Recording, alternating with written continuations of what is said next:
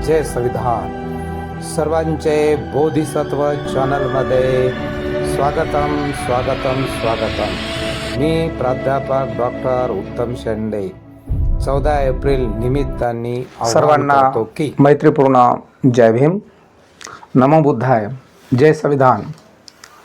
The Buddhist society of India अर्थातच भारतीय बौद्ध महासभा, संस्थापक अध्यक्ष बोधिसत्व महामानव डॉक्टर बाबासाहेब आंबेडकर, द्वितीय अध्यक्ष सूर्यपुत्र यशवंतराव भीमराव आंबेडकर, तृतीय अध्यक्षा महाउपासिका मीराताई आंबेडकर, ट्रस्टी कार्याध्यक्ष doctor Bhimrao Yashwantrao Ambedkar, reporting trustee Haresh Rawalia आणि जवंजाळसाहेब, कायदेशीर सल्लागार आदरणीय बाळासाहेब तथा प्रकाश आंबेडकर यांच्या कार्याला वंदन करतोय.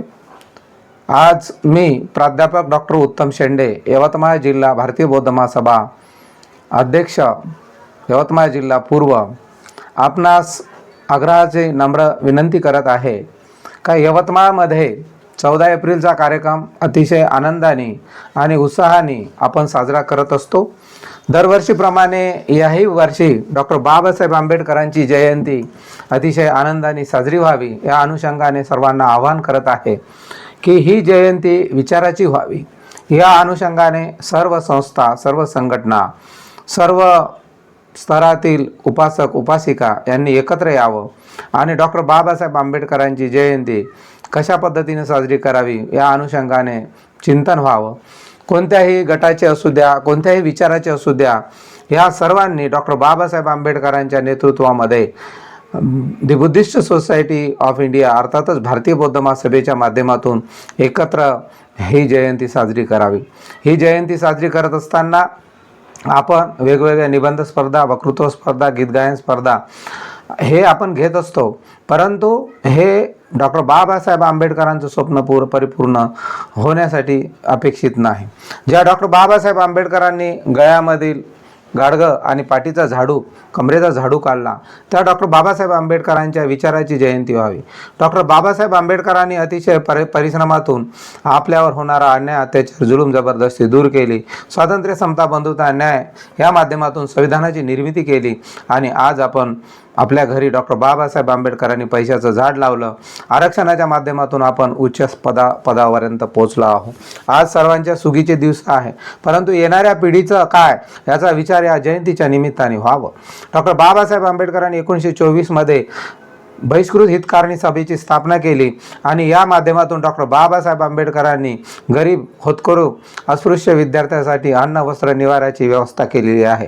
पुढे डॉक्टर बाबासाहेब आंबेडकरांनी याच माध्यमातून अनेक ठिकाणी वसतिगृह स्थापन केले, शाळा, महाविद्यालय, कॉलेज स्थापन करण्याचा निर्णय घेतला आणि डॉक्टर बाबासाहेब आंबेडकरांनी याच माध्यमातून 1941ला पीपल्स एज्युकेशन सोसायटीची स्थापना केली आणि या पीपल्स एज्युकेशन सोसायटीच्या माध्यमातून तळागाळातील विद्यार्थ्यांना ज्ञान मिळावं, अज्ञान दूर व्हावं, अस्पृश्यता नष्ट व्हावी आणि या देशामध्ये शिक्षणाची गंगा घरोघरी जावं हा डॉक्टर बाबासाहेब आंबेडकरांचा विचार होता. आणि म्हणून डॉक्टर बाबासाहेब आंबेडकरांनी 1945 साली या देशामध्ये मुंबईमध्ये पहिल्यांदाच सिद्धार्थ कॉलेजची निर्मिती केली आणि या सिद्धार्थ कॉलेजमध्ये आज हजारो लाखो विद्यार्थी शिक्षण घेत आहे. सोबतच डॉक्टर बाबासाहेब आंबेडकरांनी 1950 मध्ये औरंगाबाद या ठिकाणी मिलिंद कॉलेजची स्थापना केली आणि हा 55 एकरचा जो घेर आहे या विद्यापीठाचा, तर डॉक्टर बाबासाहेब आंबेडकरांचं स्वप्न पूर्ण करणार आहे. डॉक्टर बाबासाहेब आंबेडकरांना वाटलं का या देशातील तळागाळातील विद्यार्थी शिकेल, सर्व बहुजन वर्गातील विद्यार्थी शिकेल आणि या देशामध्ये प्रतिक्रांती निर्माण होईल आणि अन्याय, अत्याचार, जुलूम, जबरदस्ती या देशामध्ये नष्ट होईल असं डॉक्टर बाबासाहेब आंबेडकरांचं स्वप्न होतं. परंतु आजची परिस्थिती मेरा भला तो जग का भला अशा पद्धतीनं चालू आहे. भौतिक सुखामध्ये आपण गुरफटलेलो आहोत. दार्शनिक बदल आपल्याला काहीही दिसत नाही. डॉक्टर बाबासाहेब आंबेडकरांनी अनेक पुस्तकामध्ये स्पष्ट लिहिलेलं आहे का सगळ्यांना अन्न, वस्त्र, निवारा गरजा पूर्ण झाल्या पाहिजे, सर्वांना शिक्षण मिळालं पाहिजे, सर्वांना आरोग्य मिळालं पाहिजे, सर्वांच्या गरजा पूर्ण झाल्या पाहिजे. परंतु येणारा काळ हा प्रतिक्रांतीचा काळ झालेला आहे. शाळेचं खाजगीकरण होत आहे, अनेक गोष्टीचं खाजगीकरण होत आहे आणि अनेक समस्या आज समाजामध्ये निर्माण होत आहे. त्यामुळे भारतीय बौद्ध महासभेच्या माध्यमातून, समता सैनिक दलाच्या माध्यमातून आपण एकत्र आलं पाहिजे आणि आपल्यावर होणारा अन्याय हा दूर केला पाहिजे आणि आपले विद्यार्थी कसे घडेल, आपले विद्यार्थी कसे हुद्द्यावर लागेल, आपले विद्यार्थी कसे औद्योगिक क्षेत्रात पुढे जाईल, आपल्या शाळा महाविद्यालय असल्या पाहिजे, आपले हॉस्पिटल असले पाहिजे, आपले औद्योगिक सेवा केंद्र असल्या पाहिजे, असं डॉक्टर बाबासाहेब आंबेडकरांनी विहार हे ज्ञानाचे केंद्र व्हावं हे डॉक्टर बाबासाहेब आंबेडकरांचं स्वप्न होतं, परंतु ते स्वप्न पूर्ण झालं नाही. म्हणून डॉक्टर बाबासाहेब आंबेडकरांच्या विचारानुसार विहारामध्ये वाचनालय निर्माण व्हावं, विद्यार्थ्यांना वाचनाची गोडी लावावी.